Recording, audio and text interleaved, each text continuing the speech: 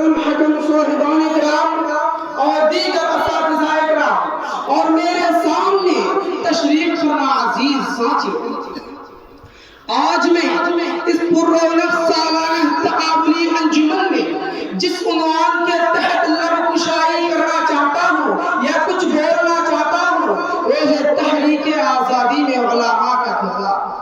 محترم سامعین کرام، ہم سب جانتے ہیں کہ ہمارا ہندوستان تقریباً 200 سال تک انگریزوں کے ظالمانہ قبضے میں رہا۔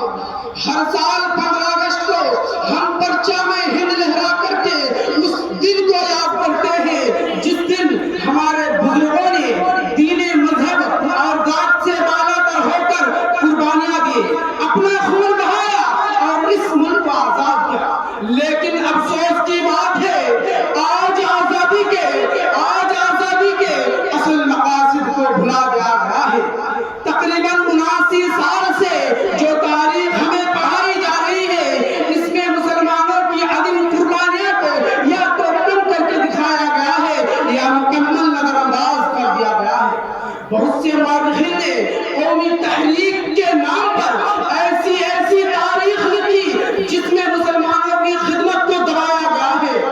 آج کے دور میں بہت سی ٹی وی چینلوں اور سوشل میڈیا پر سوال اٹھاتے ہیں، لیکن مورخین کی غلط سمجھ کی وجہ سے، غلط سوچ کی وجہ سے سن 2019 عیسوی میں وزیر اعظم نریندر مودی کی جاری کردہ dictionary of India's freedom struggle میں صاف لکھا ہے کہ سن 1857 عیسوی سے لے کر سن 1947 عیسوی تک آزادی کے لیے جان دینے والوں میں سے صرف 30% مسلمان تھے۔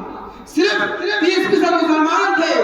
سامعین کرام، اتنے ہی نہیں بلکہ اس کتاب میں سن 1857 عیسوی سے پہلے کے شہداء کا کوئی ذکر نہیں، جبکہ سن 1757 عیسوی سے جنگ پلاسی سے شروع ہو کر انگریزوں نے زیادہ تر جنگ مسلمان حکمرانوں کے خلاف لڑ کے ہی یہ ملک چھینا تھا۔ سوچئے انگریزوں کے خلاف سب سے پہلے آواز مسلمانوں نے ہی اٹھائی، وہی سب سے پہلے انگریزوں کے خلاف لڑے، پھر بھی انہیں ہی آج غدار کہا جاتا ہے۔ جس قوم سے انگریزوں نے حکومت چھینی کیا وہ قوم چوپ بیٹھ سکتی ہے؟ ہرگز نہیں۔ جب رسول اللہ صلی اللہ علیہ وسلم ہجرت فرما رہے تھے تو مکہ مکرمہ کو دیکھ کر فرمایا ما اطیبک من ولد واحبک الی ولولا ان قومی اخرجونی منک ما سکنت غیر۔ کتنا ہی پاکیزہ اور محبوب شہر ہے تو میرے لیے، کتنا ہی پاکیزہ اور محبوب شہر ہے تو میرے لیے، اگر میری قوم مجھے یہاں سے نہ نکال دی تو میں کبھی بھی تجھے چھوڑ کر نہ جاتا۔ یہ حدیث ہمیں بتائی ہے کہ رسول اللہ صلی اللہ علیہ وسلم کو اپنے وطن سے کتنی محبت تھی۔ اسی محبت کے جذبے سے مسلمان ہندوستانیوں نے بھی انگریزوں کے خلاف لڑائی میں بڑھ چڑھ کر حصہ لیا۔ شاہ عبدالعزیز دہلوی رحمہ اللہ نے انگریزوں کے ظلم کی بنا پر جہاد پر ہونے کا فتویٰ دیا۔ اس فتوے نے پورے ملک کے لوگوں کو، پورے مسلمان کے اندر آزادی کی چنگاری بھڑکا دی۔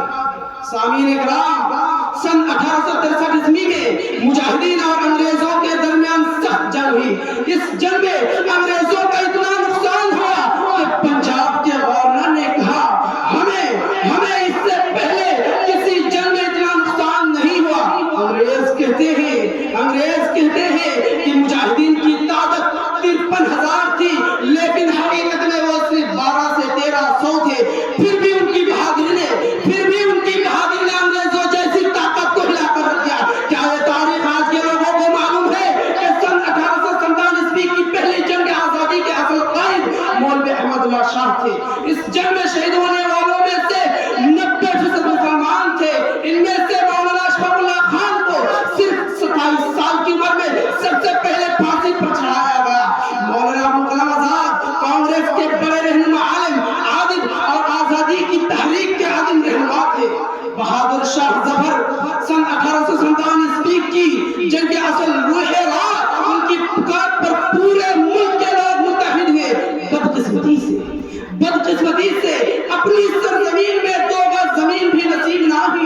سامعین کرام، راجیو گاندھی نے ان کی قبر پر لکھا 2 گز زمین تو نہ ملی اس ہندوستان کی اس سرزمین میں، 2 گز زمین تو نہ ملی اس ہندوستان کی اس سرزمین میں، مگر تیری قربانی سے گونجی آزادی کی آواز، آج بھی تیرا نام بھارت کی شان ہے۔